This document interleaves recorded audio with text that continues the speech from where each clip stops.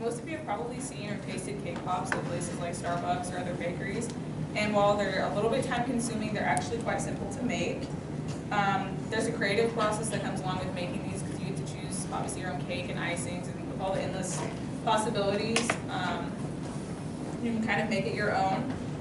Today I will be demonstrating the 3 main steps to doing this, which is making the batter, forming the cake balls, and then decorating.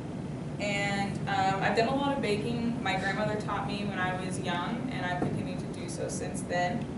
And my hope is that you will leave here today knowing how to make cake pops at home.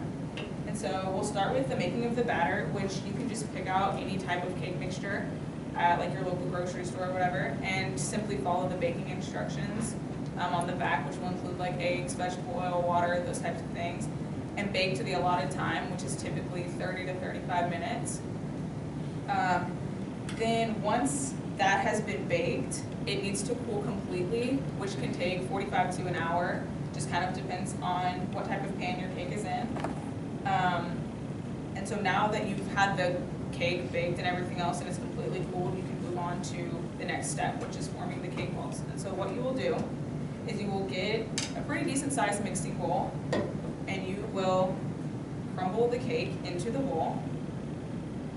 It looks really gross. You're going to get messy, so if you're not one of those types of people, this is not a baking choice for you. And these aren't the ones you guys are eating, so don't worry about it. You're going to crumble this all in, and once you have all your cake in or whatever, make sure it's torn up into small enough pieces to when you add the icing, there will not be big chunks. Then the next step to that is you will take your icing, once again, whatever flavor choice you would like. I can open this. And you'll use about half of this container. It depends on when you've baked your cake, just how dry it will be. I'm going to use half of this. You will fold the icing into this mixture until the cake begins to stick to itself. It's kind of hard to explain, but you'll know because it won't be as crumbly. You'll be able to form it. And so once that has all been mixed and formed together, you will put this, once this is all in the right form, you'll start pulling this out and you'll take about a spoonful of this and roll it into the palm of your hands into whatever size you would prefer. The ones I have made for examples, I use small cupcake tins, so they needed to be able to fit in there. And so once you have all your cake balls rolled, which you'll get between 30 to 35 out of one cake box, you'll place those in the refrigerator for 15 to 20 minutes. And while that's happening, you can go ahead and start laying out wax paper and get out your candy coating or almond bark that will be used for the decoration. And then when it's getting close to taking them out of the refrigerator, start heating up this almond bark in a small bowl for 30-second intervals. It's important to do 30 seconds because if the chocolate gets overheated, it will turn like chunky, and you're not going to want to dip that in there.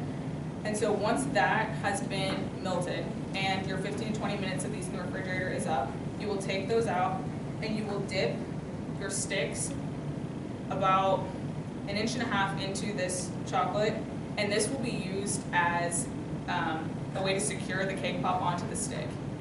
So you'll dip that and set them in. I can't show that to you because the chocolate will harden before I had time to do this, but you'll dip that into the cake pop that you have rolled, and it will look like this once it has dried, and this will all be on your wax paper.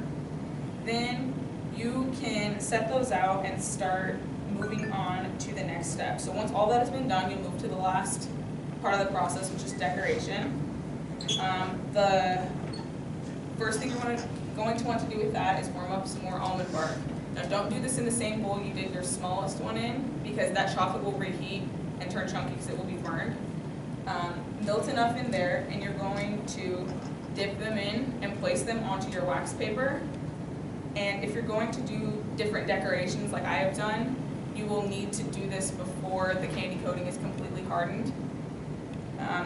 Once you have dipped all of your cake pops and decorated them to your taste, you are actually done with the process. There's no wrong or right way to decorate. You can make them all your own. And so today I have shown you the 3 main steps to making cake pops, and I hope you will try them at home and for your family and friends. And so thank you.